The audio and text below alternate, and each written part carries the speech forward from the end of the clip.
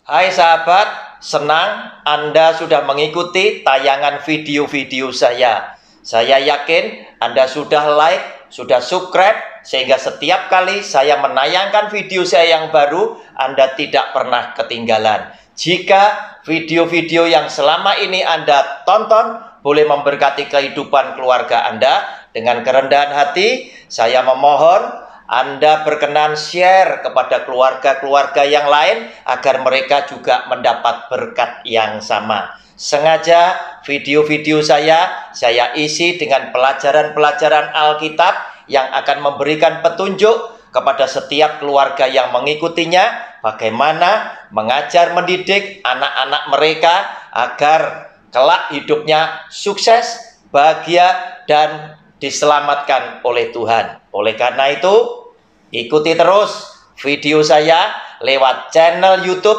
Roni Suwono. Shalom.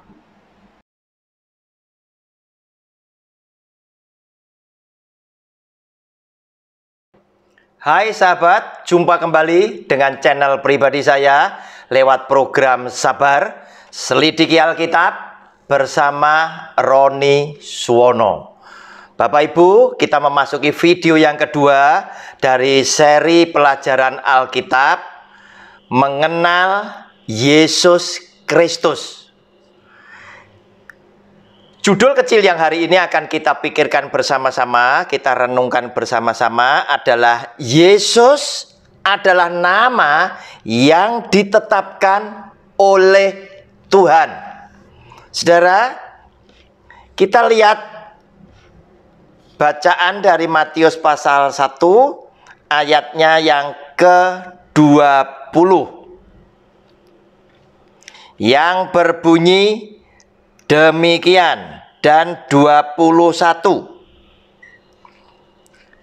Tetapi ketika ia mempertimbangkan maksud itu, malaikat Tuhan nampak kepadanya dalam mimpi dan berkata, "Yusuf anak Daud, janganlah engkau takut mengambil Maria sebagai istrimu, sebab anak yang di dalam kandungannya adalah dari Roh Kudus. Ia akan melahirkan anak laki-laki dan engkau akan menamakan dia Yesus, karena dialah yang akan menyelamatkan umatnya dari dosa mereka." Saudara, yang namanya Yusuf saja yang menjadi tunangan daripada Maria pada waktu itu, dia pun juga tidak mengerti apa yang sedang terjadi di dalam hidup Maria sebagai tunangannya. Yang jelas, Maria tidak bisa cerita kepada siapapun. Maria menghadapi tekanan seorang diri. Salah satu yang akan menjadi tekanan yang begitu besar di dalam hidupnya adalah Yusuf sebagai tunangannya. Kenapa? Karena ketika dia mendengar berita dari malaikat Gabriel yang membawa berita besar untuk hidupnya dari Tuhan, Maria pun tahu. Karena Maria sempat berdialog dengan Gabriel. Dan dia bertanya kepada malaikat Gabriel, "Bagaimana mungkin aku bisa hamil sedangkan aku belum bersuami?" Dengan Yusuf baru sebatas bertunangan. Tetapi malaikat Gabriel berkata, "Kamu telah mendapat kasih karunia daripada Tuhan. Engkau akan mengandung dari Roh Kudus, dan anak yang ada di dalam kandunganmu itu berasal daripada Roh Kudus." Nah, saudara, otomatis Maria juga akan tahu hari demi hari usia kandungannya akan menjadi semakin tua, dan perutnya pastilah akan menjadi besar. Dan pada saat seperti itulah tekanan itu pasti akan dia alami. Khususnya kepada Yusuf yang sehari-hari hidup bersama dia sebagai tunangannya. Nah saudara, Dia sedang berpikir bagaimana caranya agar supaya Yusuf bisa mengerti. Dia pun tidak tahu dan dia pun tidak punya kuasa untuk bercerita kepada Yusuf bahwa malaikat Gabriel datang kepada dia. Dan anak yang ada di dalam kandungannya berasal daripada Roh Kudus. Karena peristiwa yang dialami oleh Maria hanya terjadi satu kali selama dunia diciptakan. Sehingga tidak ada pendahulu yang memberikan contoh kepada Maria. Sehingga sulit sekali untuk menerangkan peristiwa ini kepada Yusuf sekalipun dia adalah tunangan Maria. Nah, saudara, terjadi sungguhan ketika Yusuf mulai tahu bahwa Maria itu mengandung. Maka dikatakan di dalam Alkitab, Yusuf yang berasal dari keturunan Daud itu mulai berpikir akan menceraikan Maria secara diam-diam agar supaya nama Maria tidak tercemar. Karena Yusuf dikatakan di dalam Alkitab ini adalah seorang yang tulus hatinya. Walaupun dengan pedih dia akan mengambil satu sikap. Karena dia sedang berpikir Maria adalah perempuan yang tidak setia kepada dia. Namun apa yang terjadi, saudara? Orang yang dipakai oleh Tuhan jangan pernah merasa takut. Jika engkau dan saya adalah yakin kita adalah orang yang dipakai Tuhan, tentunya Tuhan sendirilah yang akan memperlengkapi kita dengan segala sesuatu yang kita tidak mampu. Sama seperti Maria, dia memiliki ketidakmampuan untuk meyakinkan Yusuf bahwa dia tidak berbuat jahat kepada Yusuf atas kehamilan ini. Tetapi dia tidak punya kemampuan, dia tidak punya alasan untuk bisa menjelaskan sehingga Yusuf bisa yakin dengan apa yang dia sampaikan. Sehingga Tuhan yang memakai Maria adalah Tuhan yang selalu memperlengkapi Maria, menyertai Maria, dan mengawal Maria. Sehingga apapun yang dihadapi oleh Maria, yang dia tidak bisa lakukan, Tuhan akan gantikan untuk melakukan semuanya. Sehingga Maria bisa keluar sebagai seorang pemenang. Oleh karena itu, ayat 20 sengaja saya bacakan buat saudara tadi berkata demikian. Tetapi ketika Yusuf maksudnya mempertimbangkan maksud itu untuk menceraikan Maria secara diam-diam, malaikat Tuhan nampak kepadanya dalam mimpi dan berkata, Yusuf anak Daud, janganlah engkau takut mengambil Maria sebagai istrimu, sebab anak yang di dalam kandungannya adalah dari Roh Kudus. Nah, saudara, setelah Yusuf mendapatkan penjelasan langsung dari malaikat Gabriel bahwa kamu jangan takut mengambil Maria sebagai istrimu, karena anak yang ada di dalam kandungan Maria adalah berasal daripada Roh Kudus, maka Yusuf menjadi sadar bahwa apa yang menjadi dugaannya itu salah. Sehingga Yusuf mengikuti petunjuk Tuhan. Dia mengambil Maria sebagai istrinya. Dan dia mendengarkan apa yang dikatakan oleh malaikat Gabriel. Karena ternyata Yesus adalah nama yang sudah ditetapkan di samping nama lain yang melekat atas jati diri Yesus yang adalah juru selamat tadi. Saudara, perhatikan ayat 21-nya. Ia Maksudnya, Maria akan melahirkan anak laki-laki dan engkau akan menamakan dia Yesus, karena dialah yang akan menyelamatkan umatnya dari dosa mereka. Nah, saudara, berarti nama Yesus adalah nama yang sudah ditetapkan oleh Tuhan. Kenapa dia harus diberi nama Yesus? Itu pun juga ada alasannya. Dalam ayat 21 dikatakan karena dialah, Yesuslah yang akan menyelamatkan umatnya dari dosa mereka.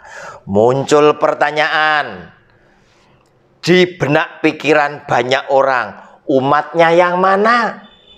Nah, saudara, terkadang ada orang yang menafsirkan yang dimaksud umatnya Yesus adalah pasti yang hanya Kristen dan Katolik. Demikian pula sebagian kecil orang Kristen dan orang Katolik juga berpikir sama.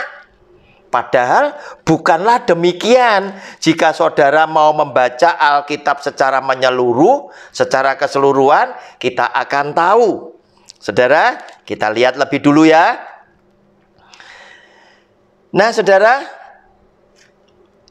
kalau kita ngelihat dari bacaan yang lain, saudara, khususnya dari Lukas pasal yang pertama, khususnya Lukas pasal yang kedua, ayat yang ke-10 sampai dengan ke-12, kita nanti bisa menjawab umatnya Yesus yang adalah Kristus itu siapa? Itu nanti kita baru bisa menjawabnya setelah kita membaca ayat ini.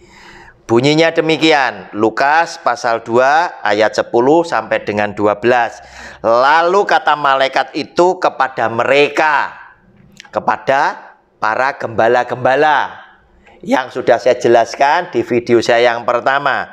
Jangan takut, sebab sesungguhnya aku, malaikat, memberitakan kepadamu kesukaan besar untuk seluruh bangsa.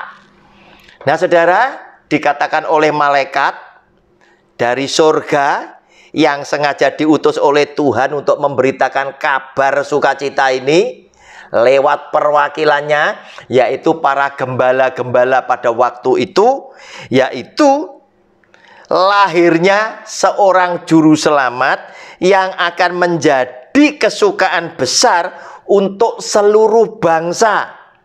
Ayat 11, hari ini telah lahir bagimu juru selamat, yaitu Kristus Tuhan di kota Daud. Dan inilah tandanya bagimu, kamu akan menjumpai seorang bayi dibungkus dengan lampin dan terbaring di dalam palungan. Saudara, di situ jelas dikatakan bahwa malaikat ini sesungguhnya memberitakan kepada para gembala kesukaan besar untuk seluruh bangsa. Berarti umatnya tadi siapa? Adalah seluruh manusia yang hidup di muka bumi saat ini. Adalah seluruh umat manusia, adalah umat ciptaan Yesus. Dan untuk itulah Yesus datang menyelamatkan dosa seluruh umatnya. Nah, saudara, nama yang lainnya juga yang melekat atas jati diri Yesus yang adalah Kristus ada di dalam Matius pasal 1 ayat 23 yang dinubuatkan oleh Nabi Yesaya berkata demikian, sesungguhnya anak darah itu, maksudnya perawan Maria yang suci yang dipakai oleh Tuhan, akan mengandung dan melahirkan seorang anak laki-laki dan mereka akan menamakan Dia Immanuel, yang berarti Allah menyertai kita. Nah, saudara, salah satu nama yang melekat di dalam jati diri Yesus yang adalah Kristus adalah Immanuel, yang artinya Allah menyertai kita. Saudara, kenapa dikatakan seperti itu? Karena lewat jati diri Yesus yang adalah Kristus, sesungguhnya Tuhan Sang Pencipta yang adalah Roh Suci yang tidak nampak di dalam penglihatan mata jasmani kita telah berkenan menjelma menjadi manusia, telah berkenan menjelma sebagai umat ciptaannya, yaitu manusia. Dia menjadi seperti manusia, yaitu dalam jati diri Yesus yang adalah Kristus, dengan maksud dan tujuan hidup di tengah-tengah kita, menyertai kita sebagai umat manusia yang berdosa, agar supaya lewat hidupnya Dia memberikan teladan buat saudara dan saya, bagaimanakah hidup yang benar, yang berkenan kepada Allah, agar supaya setiap orang yang percaya di dalam nama Kristus Yesus dan melakukan segala perintah-perintahnya akan diampuni dosanya dan mendapatkan keselamatan di dalam hidup yang kekal. Oleh karena terkait dengan nama Yesus tadi, bahwa Dia datang untuk menyelamatkan umatnya dari dosa mereka, yaitu dengan jalan Dia menjadi tebusan atas dosa kita, mati di atas kayu salib, menggantikan dosa setiap umat manusia.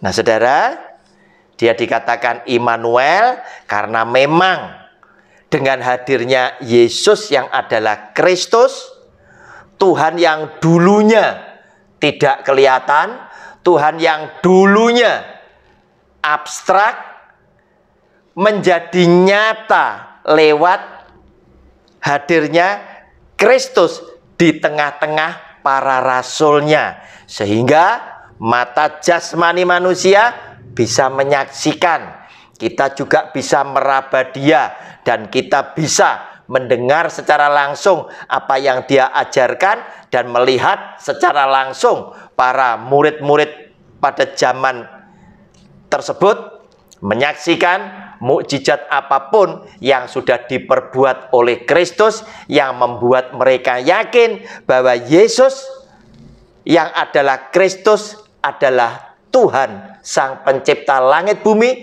dengan segenap isinya. Nah, saudara, kemudian ada nama lain yang juga melekat di dalam jati diri Yesus yang adalah Kristus tersebut, yaitu ada di dalam Lukas pasal yang pertama. Saya bacakan ayat 31 dan 32. Sesungguhnya engkau akan mengandung dan akan melahirkan seorang anak laki-laki, dan hendaklah engkau menamai dia Yesus. Saudara, lihat, nama Yesus memang adalah nama yang sudah ditetapkan oleh Tuhan Sang Pencipta langit bumi dengan segenap isinya. Nah, saudara, tentunya Anda mungkin yang mendengar, menonton video saya ini, ada juga pertanyaan. Kenapa? Karena Anda sedang berpikir, ada Allah Sang Pencipta. Yesus adalah nama yang ditentukan oleh Tuhan Sang Pencipta. Padahal tadi saya juga berkata, Yesus adalah Tuhan Sang Pencipta. Kok ada dua?